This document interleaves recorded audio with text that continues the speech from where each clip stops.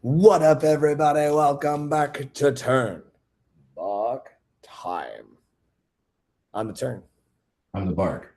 And we have been here a long time because this is season 7, episode 10. Spare fingers. Oh, they disappeared. Hey, Bark, you got a new member of the family you need to tell us all about. Like, that's just, we got to lead with this because this is the coolest thing. I've been waiting on pins and needles for that puppy draft that occurred this past weekend, and I'm so excited. The entire Ari Long community has been waiting. So back in August, we put money down on a puppy litter that was projected for this spring, and we were sitting in the initial litter that we were in. We were sitting pick number 3, and then the pairing was different. A golden retriever got to the golden doodle mother instead of the poodle that was supposed to. So the puppies were 75% golden retrievers and only 25% poodles. And we moved to a new litter, and that put us at pick 5. And it took quite a minute for people to make their decisions. And so I had a whole spreadsheet. It was like the draft room. We got done, and I looked at Tara, and I used the draft. We had a great day. So we ended up getting the puppy that we wanted. So his name is Obi. He's Obi Pup Kenobi. He's passed out right now by my feet.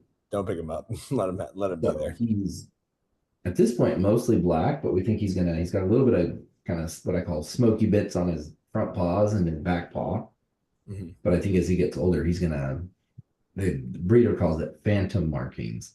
Ooh. So sounds fancy. We'll see what happens. And he's got pretty big paws, so we're hoping that at adult weight, the poundage difference between him and Wicked will be less than 10 pounds. Oh, good. That'll be good. So nice. Well, congratulations, sir. He is adorable. For those of you who have not seen it, you need to see it because he's absolutely the cutest little thing. When we talk before this, we talk on a Google Meet before we record, and I called him, and right when he answered, there's just this adorable face looking at me, and then there was Mr. Barker. So but yeah, we're loving that. I'm happy for you, man. So we're winding down the school year. It's crazy. I don't know how many more TBTs we got left in the pipe for this year. We got two maybe, yeah. Maybe. I was thinking about this though, not to say anything, but we might get a few more recorded next year too, if we want to start. I will have more availability, that's for sure. Yeah. So but anyway, we're going to talk about a cool series. So over Memorial Day, which happened Memorial Day, everybody, belated, remembering those who served and gave everything. I was actually batching up. My wife was on an amazing trip to Florida for a medical conference / Disney vacation with her family, which was awesome. And she had so much fun. She averaged about 25,000 steps a day, which was very impressive to me. But anyway, I was sitting at home and I was on Netflix and I clicked and I saw this picture. It said "Death by Lightning," and I was like, "That's weird." Like, maybe okay. And then the description side said, basically the rise and election and assassination of James Garfield. For those of you who don't know who James Garfield is one of our presidents. Bark, what's the number on that one? 20th, I believe. 20th. 20th. Duh. It's in this freaking thing. So he is the 20th president. He's elected. He is assassinated. He's our second president to be assassinated. Yes. Lincoln than him. Lincoln than him. But then it gets popular. Yeah, it gets more popular. Yeah. Anyway, so yeah, dark joke. But anyway, but it was cool. Like Netflix made a 4-episode miniseries. And as a history teacher, I will tell you that we all have expertise, that things we enjoy studying history, so we read up on them more. James Garfield is not one of those things. The Gilded Age, as Barker's told me again and again, still not one of my favorite things to learn about. So, so like I didn't know a lot, but what I always found interesting about this, and this is what we're going to talk about today. We're going to talk about when we take historical events and we turn them into movies. And I believe we have an episode on this already, but we're going to specifically talk about this one and kind of the nuances of film adaptations of historical events. Yeah, honestly, when you sent me the title, I was expecting to be something about like people on death row and like Right. electrocutions. Yeah, well, and I thought it was originally, like when I saw it and it's like the old timey clothes, I was like, it's gonna be like Edison and the electrocution of the elephant. Honestly, like is what I thought. Yeah, I mean, there's not very many people that are out there going that my favorite president is James Garfield. Um, he's only what's he March to September, 6 months. Not even. It's March to July, really, because July is when the assassination Right, right. takes. He's incapacitated pretty much from July until September when he passes. But yeah, didn't get there. I was kind of looking around at some stuff about not about the miniseries necessarily, but like about like Garfield as himself. A Right. lot of people are like he is potentially like could have been a really great president. Mhm. Um, was trying to push the boundaries of like breaking the political machine system and like seemed like a really good dude. In a way, it reminded me of Jimmy Carter. Right. Would he have gone down as like a person? He was too good of a man to be a good president. That's it. Yep. And so like I was watching, I think it was Real History is the name of the channel, but like they were talking, it was just a trailer. And he was like, would he have maintained his position and like, I guess, morals all the way through his presidency, or would the machine have beat him at some point and he would have fallen victim to the machine? Well, and this is like one of those cool. I mean, this is where the what ifs of history come into play, and it's like this is where like I think you and I both done assignments like this where you throw the what if, and they have to use evidence. The students have to use evidence to kind of convince you like something could happen. But like again, this happens in 1880. We're talking math 15 years before that. Lincoln gets assassinated. What happens to the reintroduction of the South if Lincoln's not assassinated? And then the one that I always throw out is, FDR is our first president to run for a third term. Would Lincoln have ran for a third? You know what I mean? Like Well, just Grant technically at the beginning of this is running like running for his third term. Yeah, jogging for his third term. correct. I wouldn't But necessarily. his presidency was already, you had Teapot Dome, you had, a bunch of other political scandals that were mixed in, which is what leads Garfield to kind of making the speech for the guy he does. I don't remember the name of the guy he does because obviously he's a small character. I mean, he was a prominent guy from Ohio, and I'm not going to remember his name, but basically it opens up with James Garfield giving a speech at the Republican National Convention in Chicago, and he is to nominate a guy, but gives this fiery, emboldened speech, and it catches people's attention.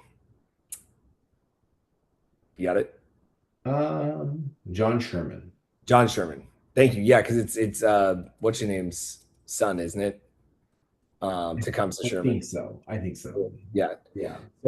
So he runs this big bold speech, and Grant is a part of the political machine, and he's also being nominated. Um, and so he gives a speech. Well, the first thing I thought of was like, okay, like that's a pretty like cool speech, like it's really emboldened, really fiery. I was like, does this guy really not want to be president? And then reading up on it, you kind of learn that like, yeah, he gave the speech for Sherman, but he also kind of knew like he would be good enough to make a outside run at this. And so this is where it's like going to be interesting because like you take this, how much of this video, how much of this movie is about entertainment versus historical fact? Yeah. One. it seems like he was fairly well known and he was like charismatic and like was a good orator, um, in like comparison to like Lincoln, who he often makes sound with this very deep bravado voice, and by all Mhm. accounts, that was not. No, at a high pitch. He did not have the beautiful tones of Daniel Day-Lewis.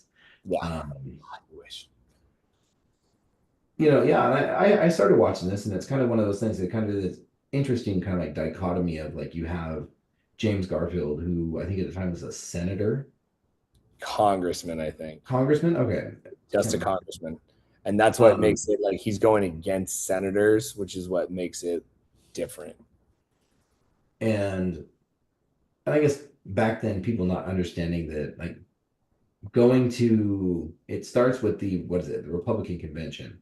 Correct. It was in Chicago, and like it is like tens of ballots to try and find their who the party is going to nominate. And one of the criticisms that somebody said is they did not use, if you read about it during the time period that we'll talk about, um, kind of like more progressive Republicans, which I know today sounds like a oxymoron, Yeah. but this To is some still a time when like Republicans back then are more like Democrats today and modern day. parties, yeah, the party Yeah, stances have not flipped. they haven't divided by -1 or whatever it does. Mhm. You haven't hit the reciprocal, but he would have been called a half-breed Republican, and then the people who were more, I guess, conservative would have been called stalwart. Yep. Um, and Charles Guiteau was a stalwart, and like that's the actual quote when he shoots Garfield is, "I've shot him now. Arthur can be president. I'm a stalwart." And Yeah. so like, but they changed it. Like they made the modification because they hadn't used those kind of like political labels in the rest of the film or Yeah. the series. So it wouldn't make any sense to be historically accurate when you hadn't used those terms throughout the film to make it more. And we Right. talked about this. Some of the language that's in there is probably a little bit more would be considered extremely vulgar, but they use modern language to make it more approachable for a modern audience. It was the F word is the word we were discussing because they use the F word quite a bit, and it's not. It doesn't like we both of us knowing like swear words and stuff like that, and interested. Parker's always interested in etymology. Is it's just not. It's not. There's other words they use. There's other phrases they use. The F word has been what's word I'm looking for. I guess has been desensitized in the American mindset or even the world mindset. And so it's used more frequently than it would have ever been used back then. So, um, yeah, but it was interesting. Like it was one of those things where like that the next part you brought it up, it follows Charles Guiteau, and Charles Guiteau will be the man that will assassinate James Garfield in the train station in July of 1881, 1880, 1881, 81, because he's 81. elected in 80, takes office in 81. Yeah. And so, but it follows him around, and you start to see this man who I think the actor did a really good job. He, to me, like he was convinced that he was right. Like, and so Charles Guiteau, when his whole belief system is that he believes that he earned the right to receive a job in the administration for his campaigning. But when He, you, good, yeah, he wrote a speech on behalf of Garfield and like gave it.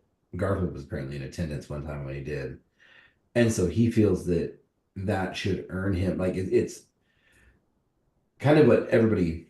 We're not supposed to have quid pro quo, but yeah, during this time period with political machines, it very much was, if you help me get elected, I'm going to do something to help you out.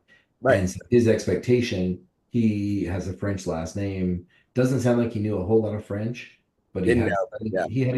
studied, I think, some, but he was looking for, they mentioned it multiple times in the show that he wanted to be appointed as like a diplomat to like France or like Austria. Yeah. Yeah. He had even had it. And then I think it was even the election before that, when he's working to get somebody else elected. he thinks that he's also going to be he thinks he's going to become the ambassador to Chile. And he calls it minister. Let's see, who's he trying to get elected? Oh, he was supported Horace Greeley in the 1872 presidential election. And so he's like, if Greeley won, he was under the belief that he would be appointed ambassador to Chile. And that's obviously not, was never going to happen. This guy has multiple, like failed businesses throughout his life. He's a con man. He does what he needs to do to survive. And I guess the premise I'll give about this, if you haven't seen it, do know that it is rated, I guess R is what you would call it. TMA. Yeah. Well, I mean, yeah, because it's more, to me, it's more than even TMA. Like, you're seeing sexual scenes and things like that, and so Yeah, and I think they do that. So Charles Guiteau's father was connected with a religious movement in, I'm assuming it's Oneida. upstate New York. Yeah, Oneida. Oneida. Yeah, but I'm assuming it's upstate because Yeah, because it says it's away from everybody. yeah, so a way that the men in the colony in that area weren't even required to be drafted in like the Civil War. Right. Now, his father's up there with this religious, they call it the free love colony, which sounds very 1960s and apparently was a thing. It was a thing. I don't know how big of a thing it was, but they play it to full effect because everybody has to compete with HBO now. Yep. But he's up there and then like he tries to start a newspaper. He leaves and goes to like New Jersey and tries to start a newspaper to promote that religion. That fails. He comes back and then he's like, well, I'm going to try politics.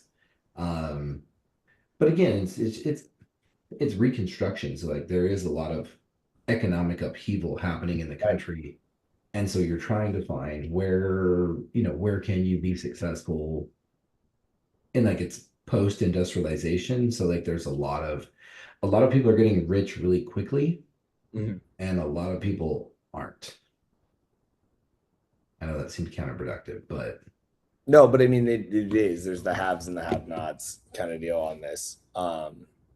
And one of the big things that Garfield speaks for is Garfield is very, like John Barker said, he's very he's very anti-political machine. Like he wants to get rid of what we call the spoil system, right? Where I get elected and I just put my buddies where I want to put them, right? I don't think about who would be best for the job. I think about who needs that leg up.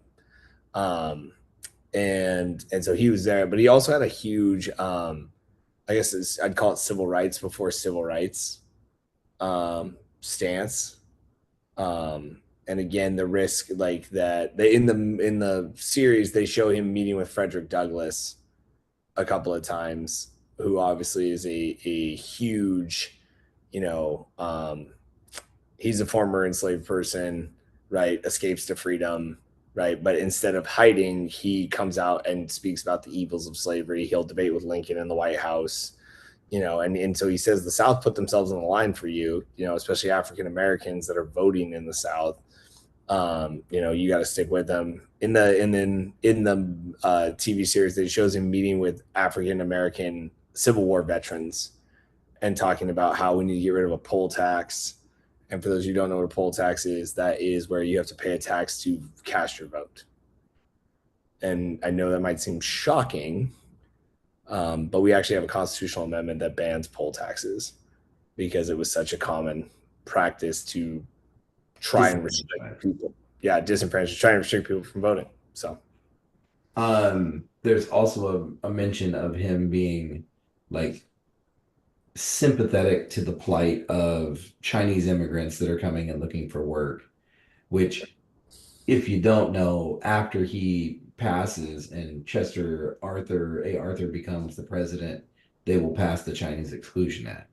So there is a massive kind of nativist movement the nativist movement at the time is targeting Chinese immigration because if you're not familiar with Chinese history at the time, it is part of the 100 years of the century of suck, where things have been going awesome for China for a really long time, and in 100 years, the wheels fall off the wagon, it falls down a cliff, catches on fire, falls into the rapids, gets eaten by a shark, and then, And then goes over a waterfall. yeah. So like everything bad that could happen is happening to China, which is why there's magically this massive wave on the West Coast of Chinese immigrants. Yeah, Happy people don't leave their home countries. they don't. So Um, but yeah, so it's really interesting. Like it was really well done series. It was, looked like it was really well received too. Um, I think I saw Rotten Tomatoes was like a 9, I think.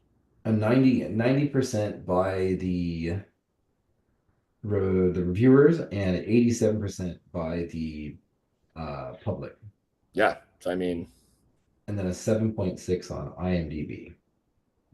I mean, you're talking about great movies and great shows. So really well It done. it has really good actors in it. So Garfield is played by Michael Shannon, who played in the more recent Man of Steel movies. He was Zod. Mhm. I remember him because I just watched Nuremberg. He was one of the judges. Yeah. He was the judge in Nuremberg. Yep. Um, I remember seeing him, and I couldn't tell you the name of the movie. It's on. It also is on Netflix. But he is a Vietnam veteran who comes back and coaches a college crew team. And I can't tell you the name of the movie. But it's one of the ones recommended, and he just does a really good job. I like his voice. Barker, on the other hand, his voice or his tempo bothers Barker. it weirds me out. It's different. Yeah. Guiteau is played by Matthew McFadden, who the only movie that, and it blew my mind, he plays Mr. Darcy in the more recent version of Pride and Prejudice. And then the one that really threw me for a loop, Okay. uh, James Blaine was played by Bradley Whitford. Okay. Bradley Whitford played in The West Wing, Oh, he did, didn't he? Yep. but more recently, since I just got Hulu, I binged The Handmaiden Tale, and Oh, you so one too. he plays one of the elders or whatnot, like in kind of the Gilead Society. So it really was like hard for my brain to like he's a very distinctive voice and like speech pattern, and so it was just like all this crossover between like, wait a minute, it sounds like the guy from Handmaiden Tale, but it's not Handmaiden Tale in reality. um, he had Charles Guiteau had one other one. Um, the guy who played Charles Guiteau, I should say. Oh, that's who he is. Okay, the guy Matthew McFadden, who plays Charles Guiteau, is in the Deadpool versus Wolverine. Mm-hmm. And he's the Mr. Paradox, the agent. You dying over there? A little bit. Um, but yeah, I mean, I thought it was really well done. I really liked it. The one thing I was going to ask you if you saw this, did I know this is for movie or TV credit, but did um, Lucetta Garfield meet with Charles Guiteau before he was executed? Dang it, I wanted that to be a real thing. No. Ah, it bums me out. So Barker's gone, guys. Um, there was a lot of stuff that was fairly real.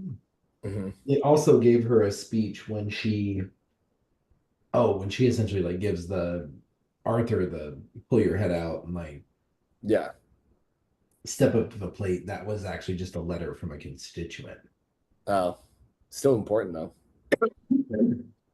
Yeah, so the words were real, but it was just delivered by her. I mean, it's one of those things that happens in a historical, you Right. condense characters into one person, but Yeah. some of the stuff that was real was the rudimentary they try. So Arthur doesn't die like right away. He gets shot and Garfield. or Garfield, sorry. Yeah. Garfield gets shot and the bullet is like in his back and they're trying to find it. And at one point, Alexander Graham Bell comes with like a Electric. really like metal detector. It won't be. He'll develop the X-ray machine in like 14 years too late. Yeah. But one of the things that they talked about was, this idea of how long it took him to die, right? Like he gets shot in July, right before the 4th of July, and doesn't die until September. So I mean, for what, 2 months? Yeah. Yeah. Essentially just over like 2.5 months, he's like, the bullet is stuck in him. The doctors are concerned with lead poisoning. Yep. It does a good job of bringing up this idea of like modern medicine is getting ready to turn the corner of like germ theory. Hmm. Um, and you have these people that are essentially wiping their instruments on their bloody clothes and then Yep. probing into the back of the president. And it leads to, and there was one where his wound was infected and they cut into it. And it was something worthy of Dr. Pimple Popper. Yeah. But, that's really what gets him in the end. But while he was sick, like he went from 210 pounds to 130. Yep. Like, and you obviously, you didn't, that wasn't in the film because it's really hard to have an actor do that. Yeah. That's not safe. Yeah. God, what movie was it? There was a movie I watched recently where I think it was not recently, but it's for the pianist. Hmm. Uh, the actor, I can see his face, I can't think of his name. He essentially essentially starved himself at the beginning of the project, and they filmed the movie in reverse. Oh. So like he came in like super underweight so they could film the end of it and then Yeah. like fed him as they went back. Huh. So Interesting. Brody. Yeah. Adrian Brody. Yeah. Yeah. Yeah. He did great. Yeah. He's awesome. So. So and the other thing I thought was interesting in the movie, the miniseries shows it, is that Guiteau, like he thought like he was like chosen for destiny. Hmm. He goes and buy the gun he buys a gun that he's like, oh, it'll look good in a museum. Yeah. And when he's in jail, he's like, I'm gonna write a book. I'm gonna sell my book. Yeah. He just had like this idea that he was like, and I think that's part of the reason that his brain Was cut is open. cut open and kept in like a museum Yeah. trying to study because they were like, there was something seriously different with this dude. Yeah. Delusions of grandeur.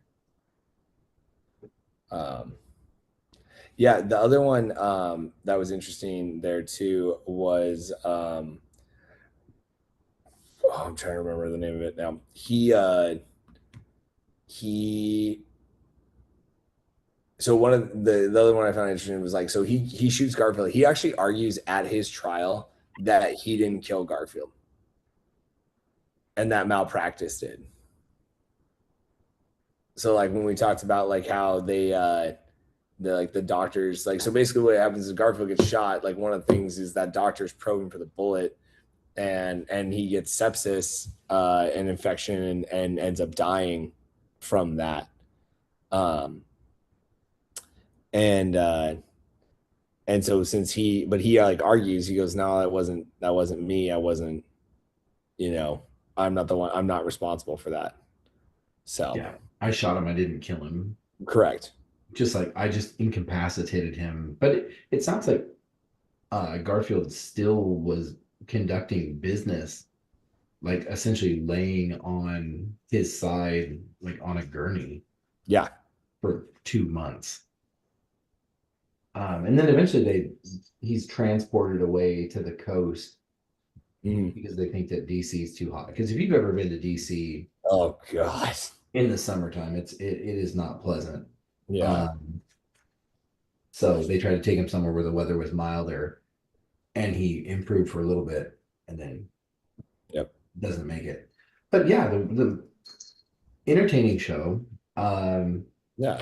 I think we're getting, as it's the 250th birthday of the United States, we got to be careful. Are we watching movies that are nationalistic patriotism? Yeah. Like what is their goal? Like historical accuracy, or is it just like patriotism, or is it something beyond that? I watched a review of John Wayne's The Alamo, and he's like, it's not a very accurate depiction of Battle of the Alamo, but if you look at it from the lens of it was a Cold War film promoting like American ideals, it's a great film for what was going on in America at the time.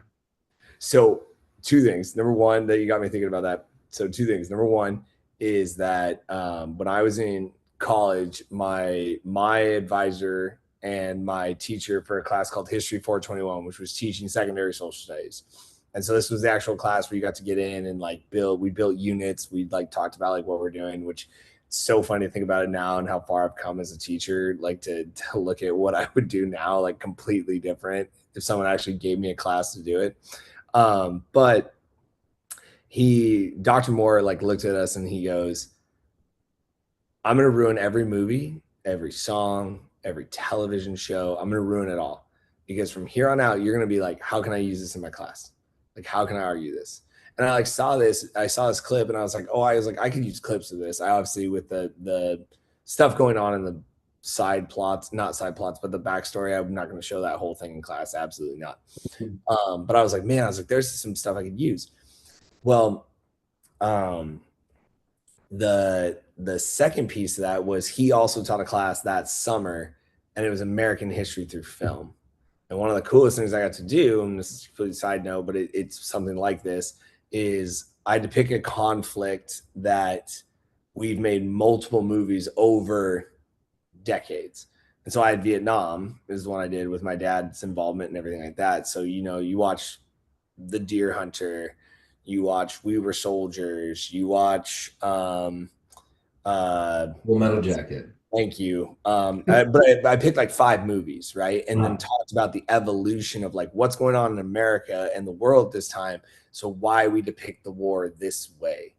And like World War II is obviously another one that would be a really great one to do, right? With Letters from Iwo Jima and then Flags of Our Fathers, right? Like you can show differences, right? Especially humanizing your enemy in this case. So what I felt like when I was watching this, like I'm watching it and I was like, I don't feel like super patriotic with this, right? Like I just feel like this is just something that we don't know. It felt like a very mild version of Hamilton, right? Like Hamilton to me is like we talked about the Treasury Secretary. We know way more about Hamilton now than we ever did, or at least me personally, ever since that play came out, right? Because then I look at it and it's like, okay, they sing all this stuff, but like, is this accurate? Is this what actual representation? And so that's kind of the cool part, like to me, with stuff like this. I don't know if you also noticed on Netflix, they've brought stuff that I originally saw on Amazon Prime first, but Netflix must have purchased it. But it's like Grant, Washington, Theodore Roosevelt, Lincoln, all those are in there. And I watched the Grant one because again, don't know a lot about the guys outside the American Civil War. So it was fascinating to learn, just some of those. And those are more documentaries than they are Docu-series or docu-series is, yeah. So always watch with a grain of salt. And I think the guy who does real history, like real, like movie reels, he right. says that we can't just, he goes pretty much, even if it's a bad like it's kind of along the same lines. Like even if it doesn't depict things very accurately, it can tell us a lot about like what's going on in America. Yeah. What are we trying to accomplish through film? And it's funny that you make the parallel to Hamilton because Lin-Manuel Miranda read a biography of Hamilton that spurred him to write that. Right. Mike Wachowski, who directed this, and it really was a passion project of his, read Destiny of the Republic by Candace Miller, which Which was is essentially a book about James Garfield and like kind of like this missed opportunity. Like, could we have advanced civil rights a lot further? faster too. You know what I mean? And how would that have changed things moving forward? But again, we will never know because that's, as my kid said today, butterfly effect. Well, and that's the fun part. But like to me, that's the part of history. Like we talked about at the beginning. It's the fun part, right? Like what if? What if? And you can and you got to keep within reason, right? But what if? So I think that's awesome. All right. Well, maybe 2 episodes left, maybe 1 episode left. We will give you one more probably. We can't just sign off on one of these. We usually have to have a good goodbye because we'll miss you. So, but Bark, anything else? In a couple days, I'm gonna throw a link out if you want to join Yeah, a World Cup pick'em with us, just to yeah. see if you You know, you don't have to be a soccer person. I really don't watch. I don't watch soccer on the regular. I'll watch the Euro and I'll watch the World Cup, and the World I Cup is watch coming to international. America. Yep, And international. like we had a conversation, even $200 to go see Bosnia Herzegovina beat up on, I think it's Qatar. Yeah, Um, Still a little rich to our blood, and that's probably nosebleeds, you yeah. know. And if you want to go, I was looking at, it was like a Spain match or something for four people. Front row seats was like 10 grand. Jesus. I just So I get it because like so me personally like I understand from a small standpoint of it comes around every 4 years, right? And it will only be in your country probably like once in your lifetime, maybe twice, right? And so it's like I get it, right? Like you can charge what you want to charge. It's just like I can't pay that to go to that. I would love to go. I'd love to say I went, you know. It is on my life list and I probably should just pay fork over the money, but maybe when it gets closer I can look at it and sneak in there. So we'll see. But yeah, other than that, good luck to Ari Long State.